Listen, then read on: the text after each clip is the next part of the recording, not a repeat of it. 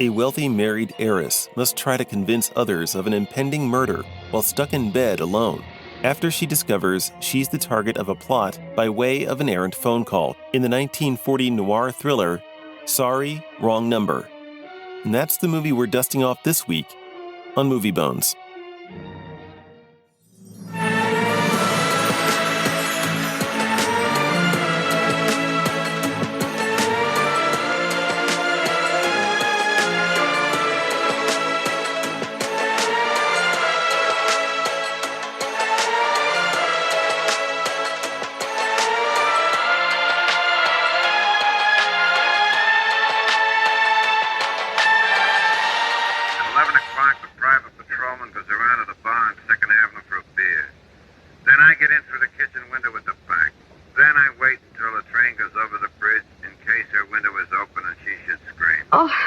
Hello?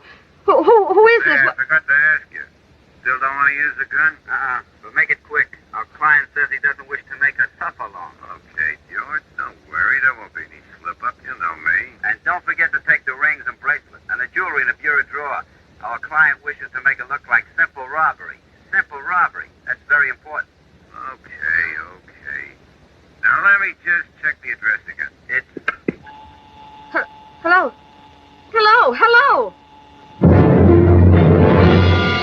The movie doesn't really waste any time, does it? I mean, it's like the first 5 minutes. You've got you see a woman sit in bed with the phone, and she picks up the phone call, and it's this murder plot that she is overhearing that they can't hear her. And then all of a sudden she's like, and there you go. Yeah, there's your hook of the movie. And see, okay, so here's the thing with that. I was looking into this as I was watching the movie. I had to actually pause, and not because it was too long or anything like that. It's actually only an hour and like 20 minutes, but I had a softball game I had to go to for my kid. I got to watch the first real half of the movie, and while I was at the softball game and there were some lulls because nothing was happening, I was looking into the movie, and it's based off of an actual radio drama. And the radio drama is much, much shorter. I think maybe, I didn't see how long, but I'm going to guess somewhere between 30 to 45 minutes is probably how long the radio drama is. So, I can understand, because it is a radio drama, it condenses it down, which I don't know. I do know that some of yours, and I think some of my kind of like issues with the movie maybe do stem from adding to the movie instead of, but I know you had to add to the movie, but it probably stems from that a little bit. That's just my guess. It doesn't really have like anything to back it up. But yes, so like in a radio drama like that, it would throw you right into the action. In some ways, I think it would be a really neat thing for her just to, because like we do have a slight bit of a lead in, like she's doing some things and all of a sudden she gets the phone call. But like, can you imagine it just starting with the phone call? That is actually enticing, in my opinion. I think I would have liked a little bit more to at least know just a little bit more about the characters, at least the two main ones, before you got to that part of the story. That's maybe more of a modern invention. Maybe you could have gotten away with it at the time of the radio play. I totally get like the problems that happen with, trying to adapt from one medium to the next. I get that totally, especially if it's like you're starting with I don't know how long radio plays were, like a half an hour or 45 minutes, and you suddenly got to double that or something. But it feels like it's like they're still new then at trying to work in what if you're going to add material, how do we add it in and when do we add it in? Because there are times it just felt like I was watching, and this is a noir film. But then we're going back in time to these flashbacks, which, by the way, there's actually a flashback inside of a flashback. I thought that was hysterical when that happened. It's like it's like Inception flashback here, but it's like you've got these flashbacks which feel more like a relationship drama. And it's like, and they're using the relationship drama in a way in the past to try to show you where the noir is now. And I never quite felt that the two of them quite gelled. Mm-hmm. This is one of those movies, while our opinions on it might not be the highest opinions in the world on it, I will say this. This is one of those movies where it's like, okay, we're going to give a spoiler warning before we do the twist. Because it's like, it kind of takes away from the whole entire film if you just know what's going to happen going into it. Yeah. Not to say that it's super shocking. I think you could probably figure it out fairly easily. And it's like, yeah, you can kind of tell where it's going, at least with some characters for me. I mean, for me, I think what kind of the fed my own disappointment with the ending is that it actually is kind of like a self-fulfilling prophecy in a way. It's like the movie promises you a murder, and yes, at the end you get the murder that you would totally expect at the beginning, which I suppose in a different movie might work. I mean, but in this case, it's like I kept expecting them to spare her at the end, but it felt it's like no, she actually dies. And it's like that was one of the things that struck me is like after all this stuff, it's like yeah, there are movies that are noir films that end darkly. I'm not saying you shouldn't have that, but the expectation going in is like this is halfway a suspense film too, and it's like there should be at least if she's going to die, it shouldn't just be the most predictable way. Is like just the way that the phone call in the beginning specified it was going to happen. Maybe some other way that she tries to stop her own murder, but she dies anyway. Okay, that's still within acceptable territory. But just to kind of lay it out there in the beginning like that, and then, well, we told you that's how she was going to die in the beginning. At the end of the movie, I was like, that's it. That was my reaction. I actually said those words out loud. And I get it. I understand that. Just as quickly as the movie begins, it kind of ends quickly in the same way. It does. And it's like, and that's it. Well, it was time to end the movie, Yeah. apparently, And it's like at that point, you've gone through, I guess, kind of explaining why this is going to happen. But they've just all that it feels like the movie's done is explained why. Nothing ever changes from her perspective. If this is an Ingmar Bergman film, you could probably make something out of the futility of her trying to do stuff and still not being able to escape it. But this is not an Ingmar Bergman film. You said Ingmar Bergman, and I was thinking Ingrid Bergman for a second. Yeah. Different Bergman. This movie would have jumped up if it was her in this movie. Yeah. Oh, I know that already. It's like I know if I just see her name in the titles now, it's like, oh yeah, Ryan's going to give this Fortune and Glory, at least for her. He's going to mention it at least. My notes on the actress, and it was not from the perspective of her acting. My notes on the character itself was like, the character is super annoying, in my opinion. Oh, yes. Yes. I felt very strongly about that she was super annoying. Well, she sucks all the air out of the room. What she does is like, it's like she and look, I'm familiar. I've seen and maybe we'll get to this movie at some point too, but Barbara Stanwyck has been in a movie that I actually like. So she's capable of a lot more. In fact, I think she's even capable of like doing some of the things at least not quite as Ingrid Bergman, but she's a lot more capable than this movie would have you believe. In this movie, it's like she's substituting, and maybe they just didn't give her enough to respond to, because it's a lot of the time she's just on the phone by herself, and that's not an easy thing to do as an actor, is to act with a phone, And so she's trying to she's trying to ramp up the drama by sucking. She's hyperventilating. It's almost like I can feel the air being sucked out of the room. It's like, I understand it's difficult. Maybe you haven't had a lot of experience doing this. It's kind of like an actor doing, like someone who's like Ian McKellen, who's used to doing acting in front of other actors, suddenly in the Hobbit movies, having to act almost completely to a green screen. And it's like, what am I doing? I think there's actually a part where he broke down crying because of that. And I wonder if in this movie, that if she's just dealing with a phone, that is kind of a similar thing going on. Sometimes in movies like this is you're not actually on the phone, like for obvious reasons, you're not actually on the phone. So you might be like being fed lines elsewhere, like, and then you hear the person on the phone in post-production. And so she's got to like, maybe there is someone over there that's kind of reading a line and then she's answering it in the way that she would. So I do have great respect for that. There is actually a movie that maybe I think does this. It's quite literally called Phone Booth. And for a majority of the movie, the character, I think all the movie really, the character is in a phone booth talking to someone who's apparently going to shoot him if he leaves the phone booth or hangs up. Right. All that stuff. And then most recently, not a phone situation, but most recently, and this is, I recommend this to everybody that is listening to this right now, even if it's not technically still in theaters when you hear this program, but I recommend Project Hail Mary to everybody out there. And one of the things about Project Hail Mary is that Ryan Gosling, he was acting with an actual animatronic puppet.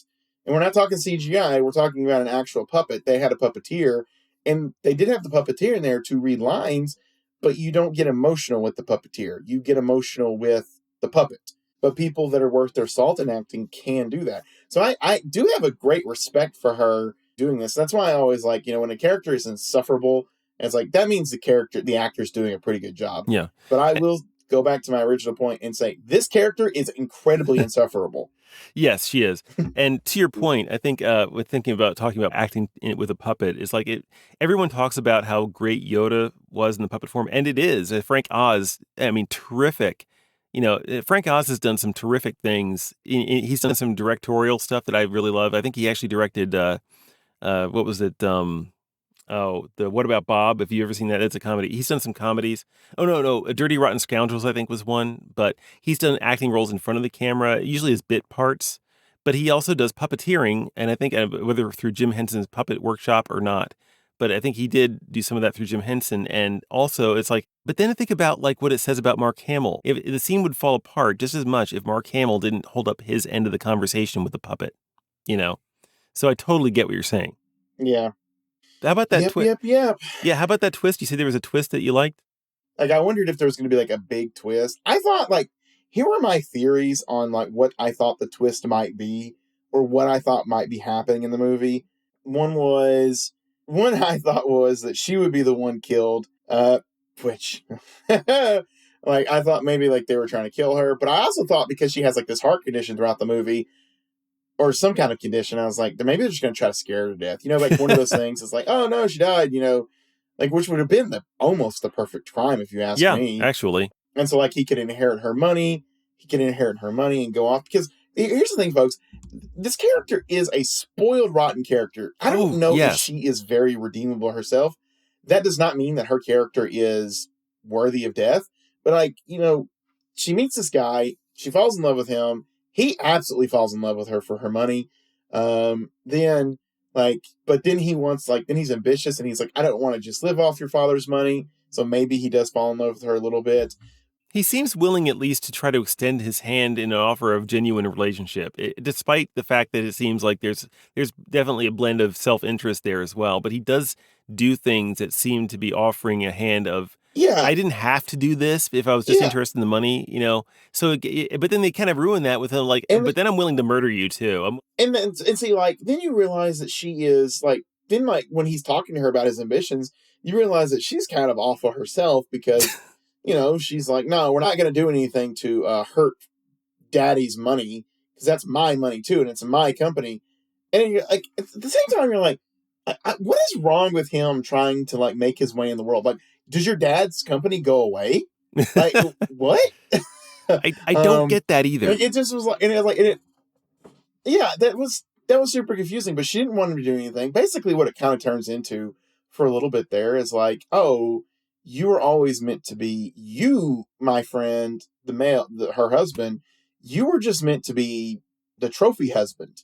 Like that's kind of what it's getting at here. So it's like a reverse thing.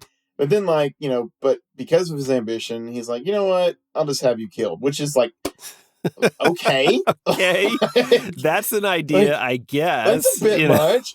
And here's the thing. Like, this is where a lot of you will be like, what?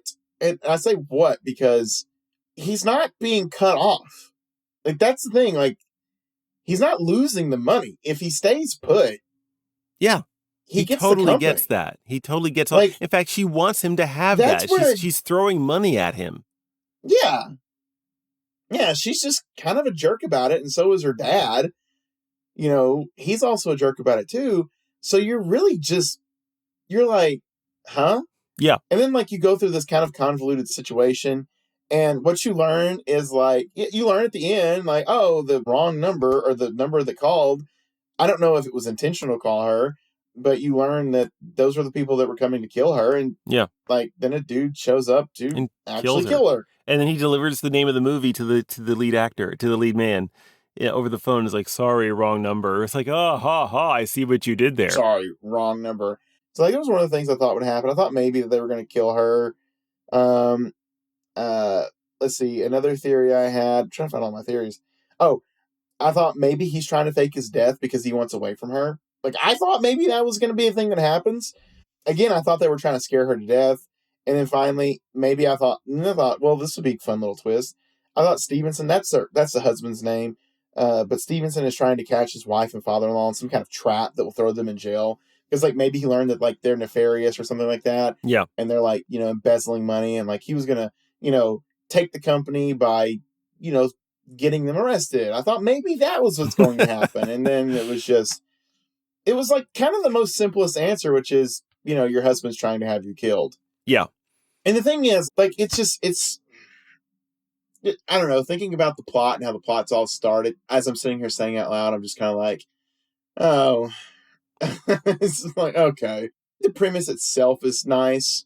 Well, I'm saying just a premise, like, just that, you overhear phone call. Like, I think that's a good little premise, but, Yes. Anyways, what you were going to say? I do two things. Like, well, the first one really short is like, I do think that the telephone being new at the time probably is like one of those things. How can we make this new thing into a gimmick that we can extract tension out of? That's the first thing. But the second thing is, and it's not related really to the first one, but it's like, there are so many needless interruptions of conversations where important information is trying to be communicated over the phone. And it's like there's always someone Yeah. interrupting. There is a movie, and there is a movie that my wife has seen. She talks about it. I think it's like it's some kind of medieval kind of movie where it's someone's going to be assassinated. Someone's going to eventually be killed. And the guy who's going to be killed is like he's always throughout the movie trying to take a drink from a cup. But every time he almost drinks, something interrupts him from taking a drink, and it became a point of principle that they had to watch him take a drink. But right before he's about to finally take the drink, he's killed. Which she said, I was thinking of that while watching this movie because there's that many interruptions on the phone from like, oh, here's this important thing I should tell you about. Oh, wait, what's that? The waiter's tapping me on the shoulder. Would I like hors d'oeuvres? Oh, sure, I'd like some hors d'oeuvres, please. Can I finish my order? Okay, sure. Let me talk about my order now. No, finish the stuff. And it's like, it became almost a running trope and a gag almost at that point. It's like, I started to laugh at places. It actually has some unintentional humor value for me. Let's talk about, where we're going to end up on this. I'll go ahead and go first, I guess. For me, it's like, it's like, this is one of those movies that as I'm watching it, it's like, it's a bad movie. It's not a well done movie. I recognize all of its flaws, and yet I'm still kind of drawn, into just to see where they're going to go with it once. So it is a once and done. That makes it at least, that makes it a bad dates for me pretty solidly, actually. But it's also has like moments of like unintentional humor, partly around it's going the interruptions after a while become almost a point of principle. It's like, you better finish this conversation, dude. You finish that kind of thing, and also the fact that the orchestra in this movie it insists like, the orchestra is here. Do not forget about the orchestra. We hired the orchestra, and we're gonna remind you of that every time we get a chance.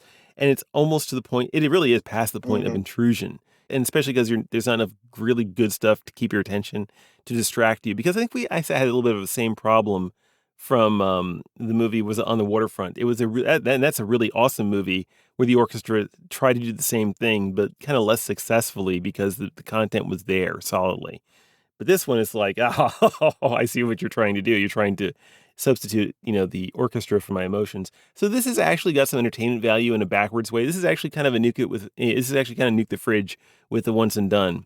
So we're gonna nuke the what should I call it? Let's see, nuke the dates. I guess I'm gonna call it nuke the dates. How about you, man? I'm a little bit above that, but not much, but above that. Like, I do like the premise. I do think some of the, I do think some of the acting is, adequate enough to sit around and watch. Again, she does a really good job of making you not like her character. I think the use of telephones are really well. Also, too, this is a random thing to say, but I thought one of the things that was done really well in this movie, especially since it's a black and white movie, the shadows were done very well in this movie.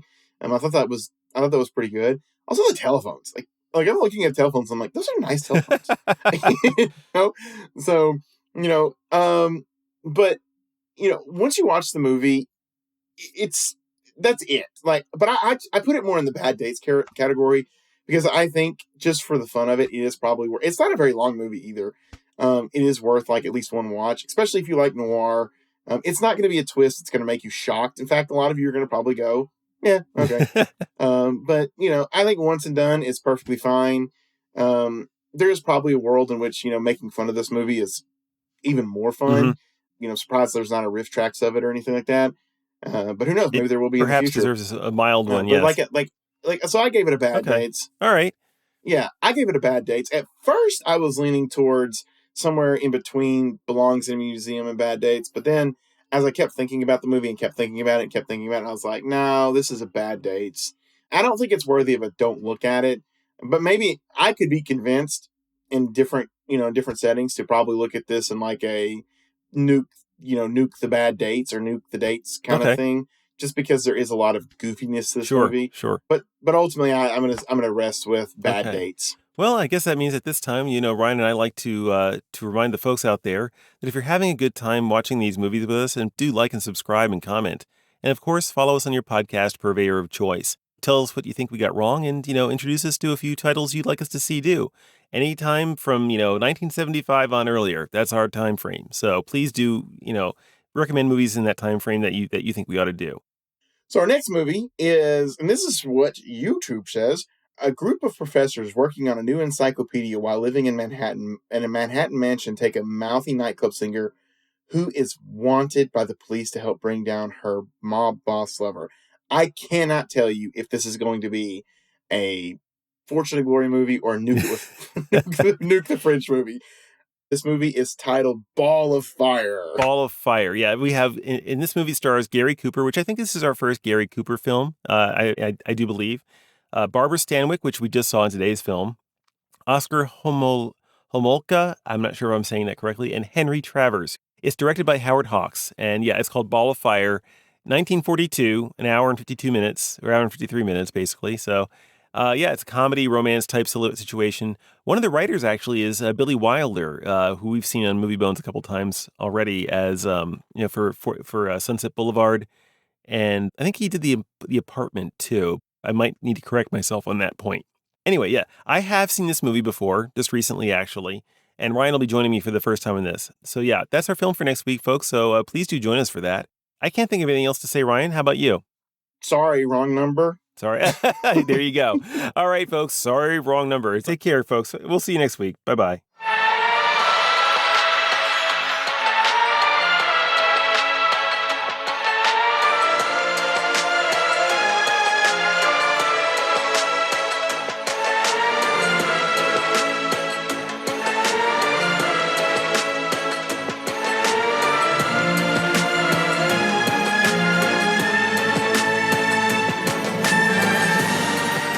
Bowery 2, 1000, ma'am. The city morgue.